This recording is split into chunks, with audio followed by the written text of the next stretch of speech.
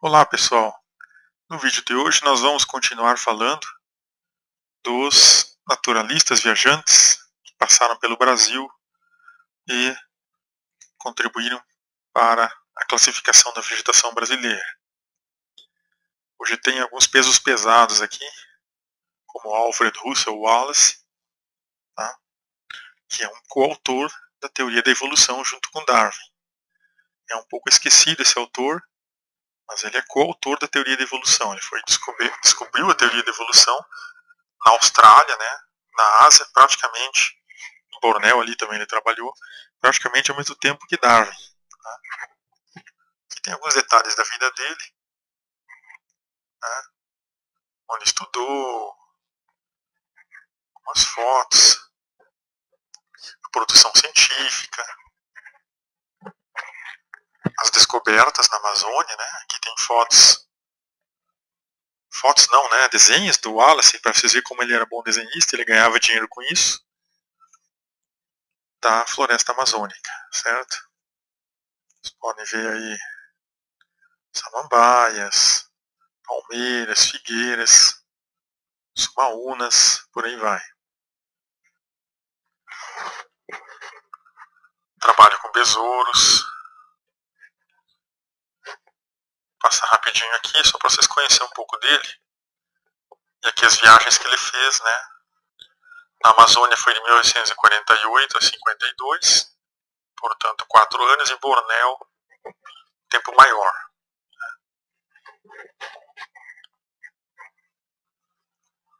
Ele conheceu Belém do Pará, junto com seu irmão, que iria falecer de febre amarela em 1854, e Bates, que é também conhecido pelo mimetismo batesiano. Tá?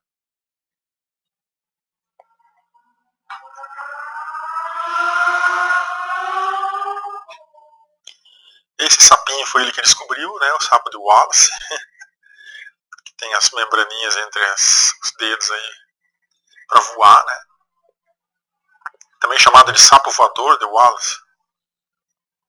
Aqui é as quase mortes de Wallace. Vocês podem estudar um pouco de inglês aí também. Alguns detalhes das coletas que ele fez da vegetação do Brasil, que foram apreendidas pela recém-criada Receita Federal em Manaus. Né? As perdas de material botânico, que era uma coisa comum nessa época. E aqui as ideias dele de evolução. Eu não vou entrar em detalhes aqui, porque a palestra não é sobre evolução. A palestra é sobre a fitogeografia do Brasil. Só estou mostrando a contribuição de Wallace, mas focando quando aparece alguma coisa em relação a isso. Então, aquela área lá da região norte do Brasil, que tem bastante palmeiras, né, papassuais, cocais, o Wallace contribuiu muito com o seu estudo de palmeiras. Tá? Tem livros aí só sobre as palmeiras da região amazônica. Aí os desenhos de Wallace, né? Algumas cenas bucólicas, né? Natureza tropical. Aqui a vida de Wallace, um pouquinho mais. E outro importante que a gente vai falar aqui é o Fritz Miller. Ele é um pouco desconhecido, mas ele trocou muitas cartas com Darwin, que a gente vai falar também, que passou aqui no Brasil, e foi quem descobriu o mimetismo milleriano, certo? Que são animais que se parecem com outros animais, sendo que um é venenoso e o outro não. Então ele se faz de venenoso para ninguém comer ele. Mimetismo, né? Tem um livro muito legal do Castro, Sabe a Floresta, e ele contribuiu muito para o conhecimento da vegetação da floresta ombrófila densa, né, na região de Santa Catarina.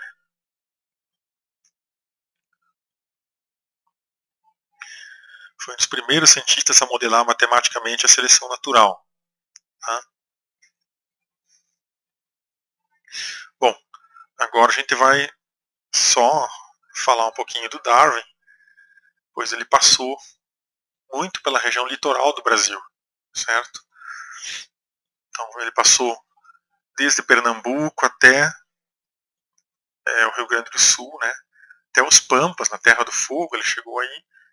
Então ele teve um bom conhecimento aí do que ocorreu no Brasil. né, em termos de vegetação. Então, aqui está Darwin, o grande cientista, né, autor da Origem das Espécies e muitas outras coisas importantes em biologia, certo? Nós vamos passar um pouquinho por onde ele andou no Brasil aqui, mostrando para vocês. Aí, ó. Então essa é a viagem de Darwin, tá? Para quem acha que o cara não conhecia nada, tá aí, ó. Né? Saiu de Plymouth, passou ali por Tenerife, Ilhas Canário, Cabo Verde, depois uma parada lá em Salvador, onde ele registrou a Mata Atlântica, né, de Salvador, ali naquela região com muitas bromélias, né. Depois ele passa pelo Rio de Janeiro, depois ele passa por Montevidéu. No Rio de Janeiro ele ficou um bom tempo, também Mata Atlântica, e contribuiu com alguns desenhos da vegetação.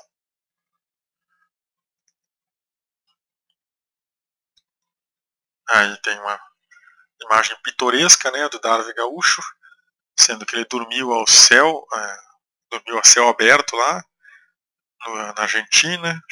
Reza a lenda que chimarrou e churrasqueou com os argentinos naquela região ali de Paso de los Libres, Corrientes, tá? Dormiu ao relento. Tá? Aqui uma imagem do cientista mais velho, né? Aqui que ele falou sobre viajar, né? Aqui uma imagem clássica, né? Uma figura que ele desenhou da floresta atlântica na Bahia. Essas tradicionais bromélias gigantes, que não é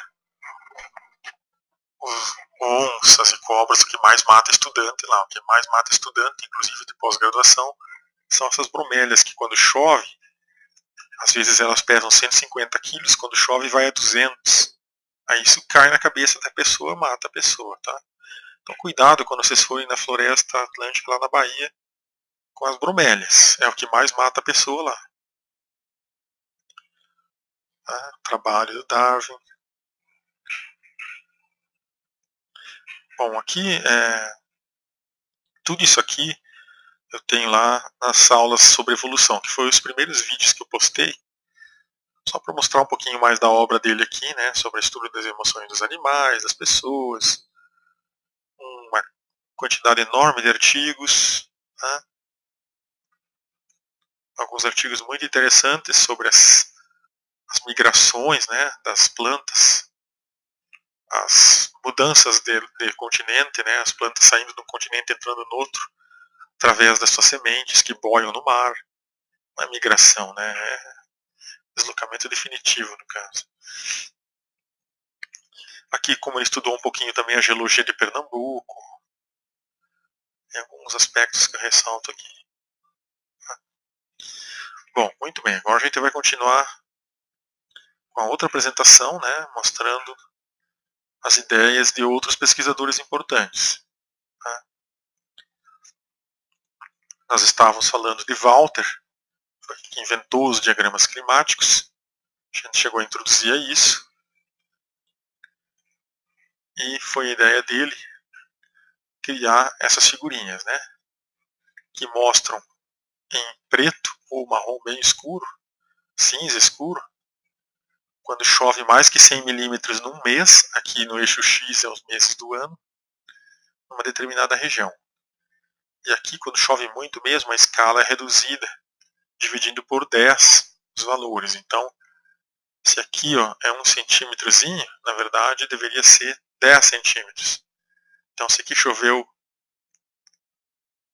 se daqui embaixo até aqui choveu 100, no próximo centímetro aqui já choveu 100. Então 4 centímetros aqui para cima é 400 milímetros de chuva. Então essa escala aqui ó, é uma escala bem grotesca, né, para mostrar quando chove até 100 e quando chove mais que 100, ela é uma escala reduzida. Então o que parece ser aqui muito menos de 100, na verdade é muito mais de 100. E assim é que ele registra com essas manchas escuras, esses tracejados, a precipitação, e essa outra linha aqui, ó, a temperatura. Tá? Aqui tem lugares frios, né? Aqui tem lugares mais quentes, ó, a temperatura aumenta num determinado mês e chove bastante. Tá? Para Walter, esses diagramas eles refletiriam também na vegetação, né? Por exemplo, aqui uma vegetação provavelmente sazonal, ó, né? Tem meses que quase não chove nada, não são poucos meses, ó, pelo menos 1, 2, 3, 4. Tem pelo menos 7 meses de monções aqui, uma chuva muito forte. Então isso aqui parecia um lugar na Índia, uma floresta de monções. Depois podem ter lugares frios, como aqui, né? Lugares desertos. E assim ele ia criando zonas climáticas, né? Tá? Então, conceitos aí de zonobiomas, né? Na escala da paisagem, aqui é uma escala ampla. Tá? Então, os zonobiomas, eles tratam desde escalas bem amplas até escalas mais refinadas, ou seja, nível local, né? Características do local. Esses conceitos são todos derivados das ideias de Wagner, dos diagramas climáticos. Sinúzia, né?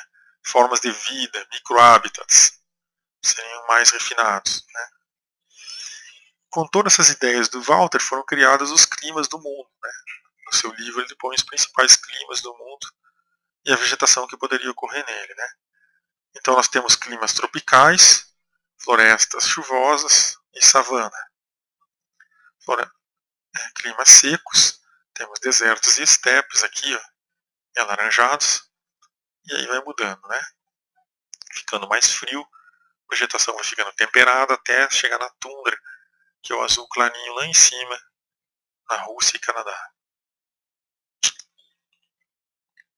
São ideias também de Mobius, ou Möbius, com essa trema em cima. Então estamos falando do que? Nessa segunda apresentação, parte 2, ainda alguns autores que contribuíram bastante para a classificação da vegetação e alguns conceitos úteis ainda que nós vamos utilizar para depois explicar as classificações da vegetação do Brasil, considerando todo o histórico, né? A partir das mais antigas, de Martins, por exemplo, até as mais novas de Oliveira Filho. Além dos climas, né, tem as correntes marítimas, que podem sim alterar os tipos de vegetação. Então a gente tem correntes quentes chegando até a Inglaterra aqui, ó, que é um clima mais ameno comparado com a Noruega, por exemplo, ou a Rússia, né, onde é muito mais frio, muito mais boreal. E aqui ainda tem vegetação temperada. Em alguns lugares, como no deserto da Namíbia, as plantas só sobrevivem porque tem uma neblina que vem do litoral, está trazendo vapor da água do mar, certo? Tudo por correntes marinhas.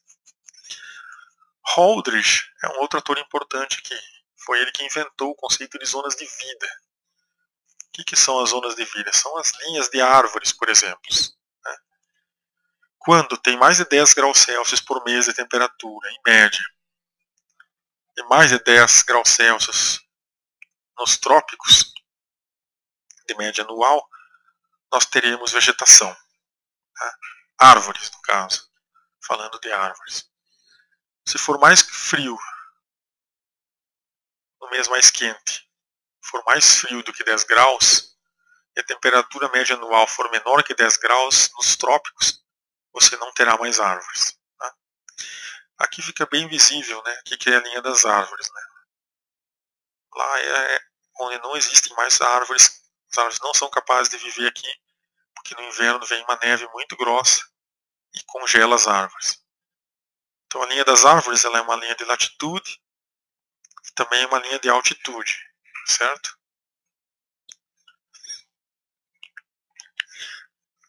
Esse autor é bastante importante. O Christensen Haunker, dinamarquês, que leu muitos trabalhos de Humboldt, de Warren, Kerner, e resolveu criar agrupamentos de plantas em formas de vida, conforme a posição dos nós vegetativos e reprodutivos. E isso ajuda a classificar as plantas ecologicamente conforme a vegetação onde elas ocorrem e o clima onde elas ocorrem. Então nós temos aí um exemplo das formas de vida de Haunker. Só que isso foi feito mais para a região da Europa, tá? Algumas coisas nós não conseguiríamos encaixar aqui do Brasil nessas formas, né? Então nós temos aqui 1 e 2 hidrófitas, né? São plantas aquáticas. Tá? Depois nós temos as halófitas, que são as plantas de número 3 aqui. E aqui tem sempre a gema vegetativa, ó, tá? Mostrando em negrito, que são plantas cujas as gemas ficam debaixo da água no inverno. Tá? 4 e 5 são as criptófitas e as geófitas. As gemas de inverno ficam abaixo da terra, não abaixo da água. 4 e 5. Então aqui dentro da água, aqui sai da água as gemas vegetativas. Depois nós temos as hemicriptófitas, quando elas estão muito próximas do solo, né, as gemas. Depois as chamaéfitas, que estão acima do solo, até 50 centímetros. E depois as fanerófitas, que estão a mais de 50 centímetros as gemas. Tá? Aqui. Então isso ajuda muito a entender o clima dessas plantas vivas. Nós temos no Brasil uma expansão dessa classificação, feita por Carlos Toledo Risini, em sua classificação da vegetação da década de 70. Né? Aí a gente vai ver assim, ó. Nós teríamos os terófitos, né, que são cereais, teros, são plantas anuais que não passam de 1 ano. Elas nascem, crescem em 1 ano e morrem também. E elas têm um banco de sementes bastante reforçado, como a grama. Depois nós temos os xeromórfitos, né, que vem de xeromorfismo, de regiões secas, que tem xilopódios, que são os pés de madeira, que são gemas vegetativas, né, resistentes aí. São, na verdade, bulbos de armazenamento para quando vier a estação seca. Aqui, ó, nós temos herbáceas com xilopódio, tá? 4 e 5, que são os pés de madeira. Em 6 nós teríamos herbáceas que morrem na estação desfavorável, seriam as que ele chamou de héspedes. Mas aqui, em 7, nós teríamos plantas sublenhosas, ervas de pântano, folhas verticiladas. E aqui nós teríamos macro, meso e micro e nano catáfilos, fanerófitos, né? São plantas que são grandes, médias, pequenas e muito pequenas, com catáfilos também, cobertas de pelo, mas que aqui são plantas já, não são plantas anuais, né?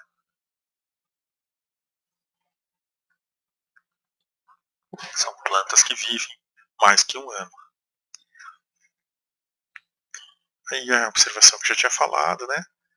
E outra coisa importante que Haunker inventou foi a lei de Haunker, né? Que vai sempre numa comunidade qualquer, isso é uma regra bastante válida, você vai ter algumas espécies, né, com poucos indivíduos coletados. Então, espécies raras, elas vão ser bastante comuns nas comunidades. E depois você vai ter espécies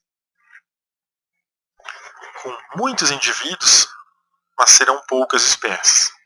Então, são as espécies dominantes, né? Você tem espécies aqui, ó, que tem 40 indivíduos, mas são poucas espécies que conseguem ter 40 indivíduos numa comunidade. A maioria das espécies vai ter um indivíduo. Então, a maioria das espécies numa comunidade são raras e algumas poucas espécies na comunidade são espécies com densidade de indivíduos grande, ou seja, espécies abundantes.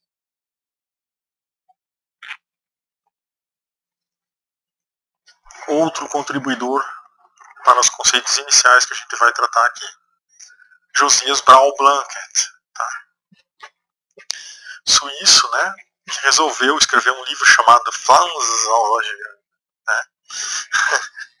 E aí ele vai descrever algumas comunidades onde ocorre essa dominância, né, essa, melhor falando, abundância de muitos indivíduos de uma única espécie. Então, por exemplo, se isso acontece com a Renaterum elatius, ele vai chamar que esse lugar lá, onde tem muitos indivíduos dessa planta, ela é um lugar dominado por ela.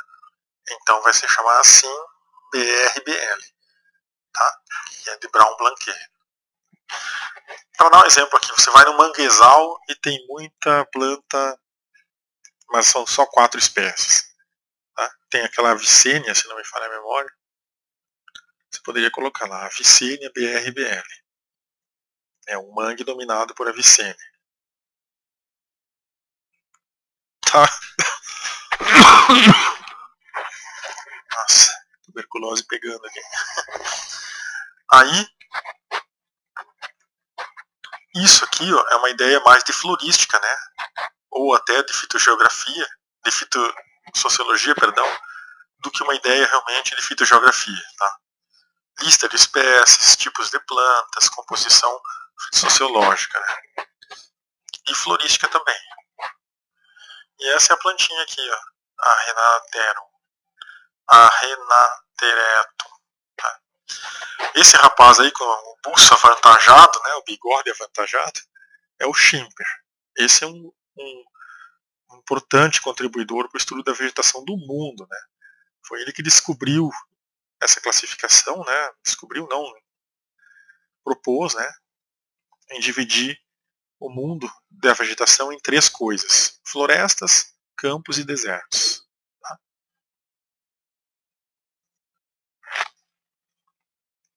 É a base para tudo. E aí ele dividiu as florestas em pluvial, onde chove muito, monções, onde chove em alguns meses, muito, depois espinhosa, né? E savana. Então aqui vocês podem ver que ele usa clima, né? E aqui ele usa uma característica das plantas, né? E aqui uma característica de visualização, né? Então é uma confusão aqui, né? Na verdade, ele não usa um único critério para nortear as principais divisões da sua classificação. Tem as ideias de então fisionomia, né? Essa é a palavra que eu estava tentando lembrar, que é o que você enxerga, né? Foi ele que inventou o termo, né? Floresta chuvosa tropical. Foi ele que fez a primeira classificação da vegetação de todo o mundo. E as ideias dele, boas ou não, sobreviveram até hoje. Tá? Esse é o livro, né?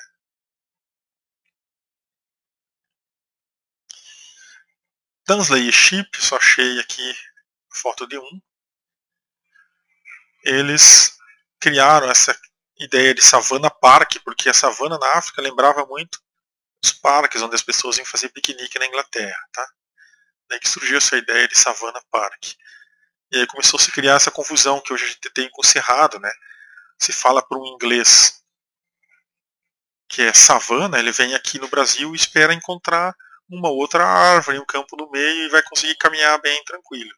Quando na verdade o nosso cerrado, o próprio nome já diz, não tem nada a ver, né? É uma vegetação bem densa e fechada. Embora entre luz, ela é densa e fechada em termos de ramos, espinhos e outras coisas.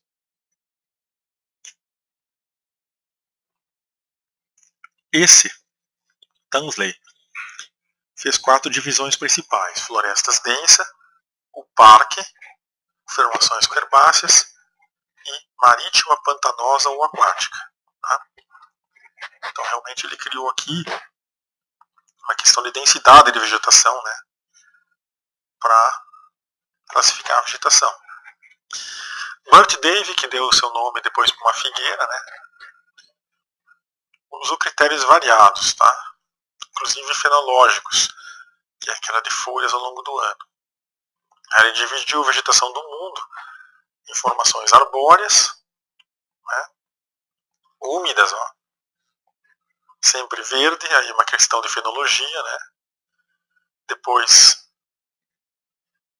úmidas e dáficas, colocou solos na questão, depois secas, e aí colocou fisionomia. Tá? Então nós estamos falando agora de classificações da vegetação do mundo. E essas classificações elas vão emprestar conceitos pela classificação do IBGE, que é a classificação da vegetação brasileira adaptada ao sistema universal. Tá? Por isso que eu estou falando disso aqui. Tem que ver como evoluiu isso para entender por que a nossa hoje usa certas coisas, pois ela é uma tentativa de encaixar o Brasil nesses esquemas aqui.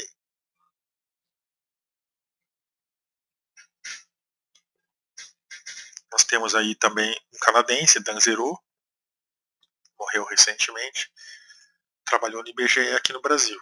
Tá? A classificação dele era formações de vegetação com clima de florestas, aí tem essas aqui, depois com clima de herbáceas, tem essas aqui, geralmente é mais frio, mais seco, depois tem essas aqui com clima de savana.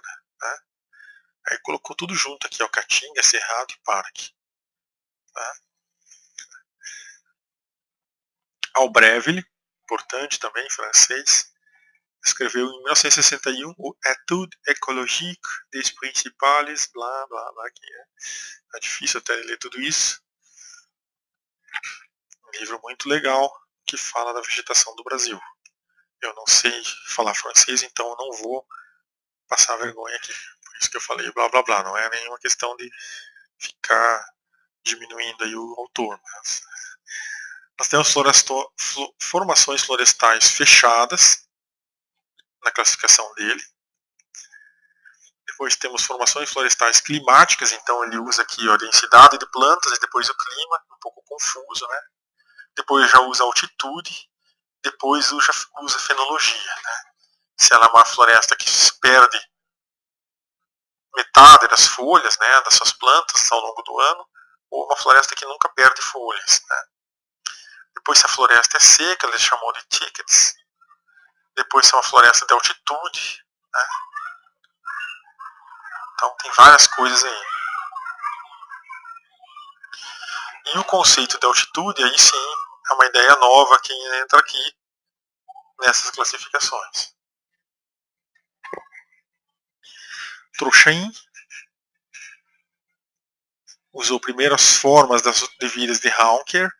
Agora faz sentido porque que a gente estudou as formas de vida. Porque alguém vai pegar elas e vai usar na sua classificação da vegetação. Ó.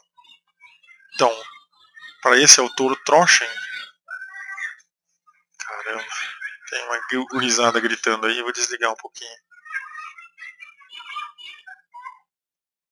Só para encerrar, Trochain ainda criou uma parte aqui, né, para colocar formações florestais edáficas, ou seja, o manguezal, florestas paludosas, periodicamente inundadas e ripárias.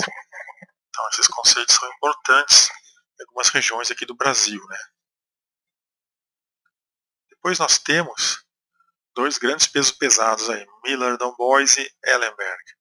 Foram eles que realmente começaram a inserir todos os conceitos, né, de densidade, número de plantas por uma área, de dominância, projeção de copas e de frequência, ou seja, quantas plantas são comuns nas parcelas amostradas. Isso criou uma ciência chamada fitossociologia, né, e é utilizada de base para cálculos realmente quantitativos para descrever a vegetação. Então aqui é outro nível, que é o nível atualmente utilizado pelo Ari Teixeira de Oliveira Filho na sua classificação de 2009. Certo? Aí eles criaram uma classificação onde existiam florestas densas, ó, critérios de densidade, fitossociologia e fenologia, são sempre verdes. E aí depois podem ser de terras baixas, né? Aí vem a topografia. Ou elas são estacionais, fenologia, e repete aqui, ó, terras baixas ou submontana, até chegar no alto da montanha, depois em margens de rio. Então uma classificação bem fácil de entender essa aqui, que não é mais usada, pois é antiga, né? Aqui vem os pesquisadores que estudaram a sucessão vegetal. Por que eu estou falando isso? Porque nas classificações mais recentes aparecem lá, né, a vegetação secundária, nos mapas da vegetação do Brasil. Então é necessário mapear as vegetações que cresceram após o corte inicial pelo homem. Elas fazem parte da vegetação atual. Aí vai entrar uma série de coisas aqui, né, que é a teoria da sucessão ecológica. Vocês podem ver os vídeos lá, onde eu discuto, acho que em 3 horas, se isso tudo realmente existe, para começar, e se seria previsível sucessão ecológica em florestas tropicais. Por isso que tem aqui, concordam? Aí foram reuniões feitas nos Estados Unidos para decidir tudo isso nos anos 1910, 1920. Os caras parecem meio Al Capone aqui nessas fotos, mas é uma reunião científica, tá? Não tem nada de mafioso aí. Segundo Clements, o clímax da vegetação seria a vegetação potencial de um sítio, até onde ela poderia chegar, né? Então, para ser climáxica, o que precisaria ter? Redes complexas de interações, polinização, dispersão de sementes. Por exemplo, dispersão terciária de sementes. O macaco come, defeca, o rato come, o resto do cocô do macaco defeca e a formiga leva embora, depois que um rola-bosta rolou também esse cocô do rato. Então isso aí já é quaternária, né? Depois tem o equilíbrio entre energia absorvida pelo sol e liberada pela decomposição. Tem equilíbrio na composição de espécies nessas florestas clínicas. Tá? Aí está ele no deserto no México, Clements. Aí por que eu falei que é importante? Depois tem toda a crítica em relação a isso, né?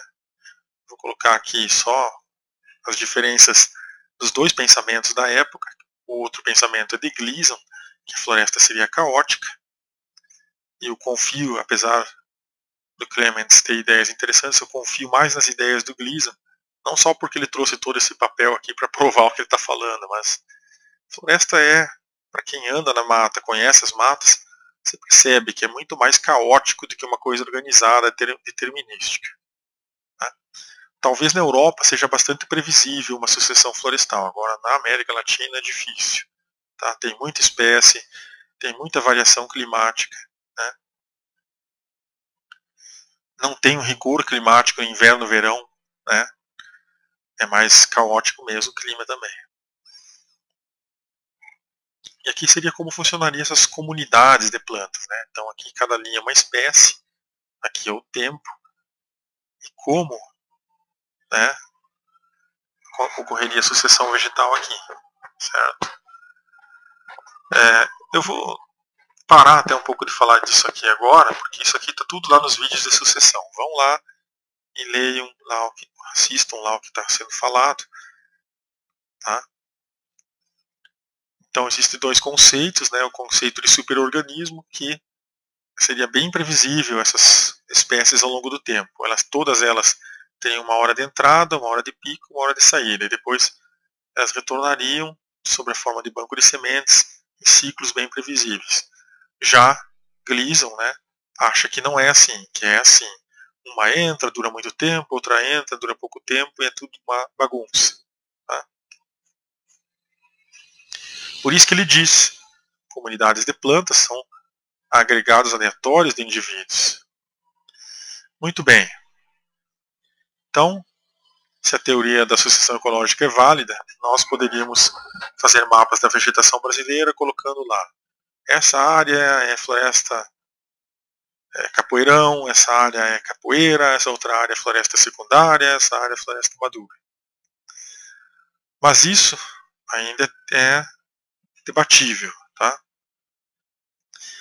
Então no próximo vídeo, já vou encerrar esse, é mais breve que os demais, nós vamos entrar realmente com a primeira classificação séria, considerando muitas dessas coisas que a gente falou para a vegetação do Brasil. Tá? Que é a classificação de Martes, e aqui está o gênio, pois ele era médico, botânico, antropólogo e o mais importante, pesquisador alemão que estudou a vegetação do Brasil. Só isso, tá? Para a próxima, número 3, né, da fitogeografia do Brasil. Então, um grande abraço e na próxima a gente começa realmente o estudo da vegetação do Brasil em detalhe. Tchauzinho.